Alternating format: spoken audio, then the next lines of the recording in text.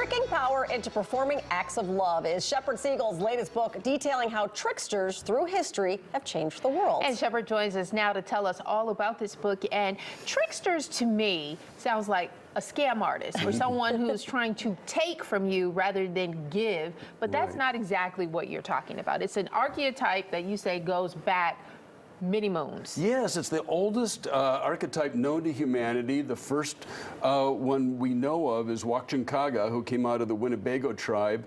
But a more modern version might be Bugs Bunny, if people are a little confused about what I mean by trickster. And they're characters, semi-divine, when you use a capital T, and they just want to have fun. And they go through a number of episodes, and they play tricks. Part of one of the trickster traits is that a lot of their tricks backfire. And if you've watched cartoons, you see that happen all the time. And so the trickster is willing to accept humiliation as part of the human condition. They're willing to take that risk. But they're also the guy in the bleachers who's saying the emperor has no clothes. They play the kinds of tricks that tell truth to power.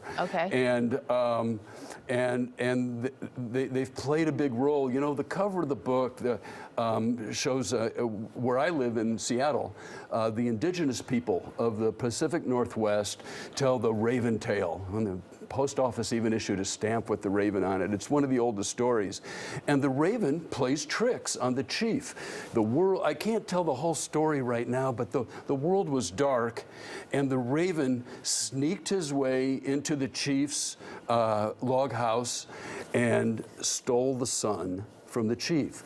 And he did it with tricks. So they're liars, but they're also saviors. So he tricked the chief, who represented power, into performing an act of love by stealing the sun and giving the sun to the world, because the world was like dark. a Robin Hood kind of thing. Sure.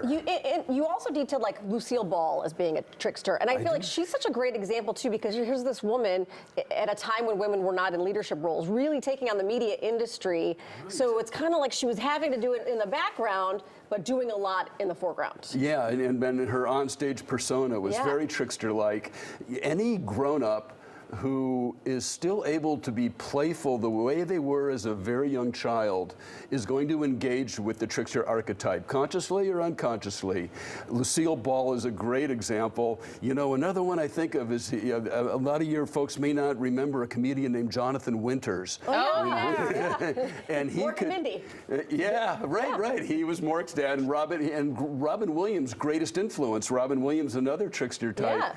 And you could watch Jonathan Winters, and he would magically and instantly become a little child, you know, and he could do that. So he was channeling that. But those people sound irritating to me. So why do we want more of them in the world? Well, because through those episodes of trying to play tricks, with many of them backfiring, kind of stumbling through the world, they go from moral indeterminacy. They're not evil, but they're not good either. They just want to have fun. But eventually they will come to an episode that's a moral dilemma, and they will resolve that dilemma, and therefore they discover morality. So instead of going to a religious institution or a political institution that has a doctrine that's telling you what's good and what's evil, tricksters discover it on their own. Now, one reason it's important right now is because we live in a warrior culture. We're so infatuated with the warrior in our society that we're not even aware of it, that we're trying to solve all of our problems through fighting and defeating our adversaries. And I say, don't fight power with power. Fight power with love, and fight power with tricks. A lot of the people you mentioned are very successful too. Be the raven. I feel like they weren't really realized to be successful until later. After the fact, much later. So I say, Shepard, you're our trickster of today. Thank you very much. There's a lot more to get to in the book. You want to check out his website, shepardsiegel.com, for more details on both books too. Yes. Yes, actually, this is a Thank you follow-up very to much your for first having book. me. Thank you for coming Very in. interesting. I love it.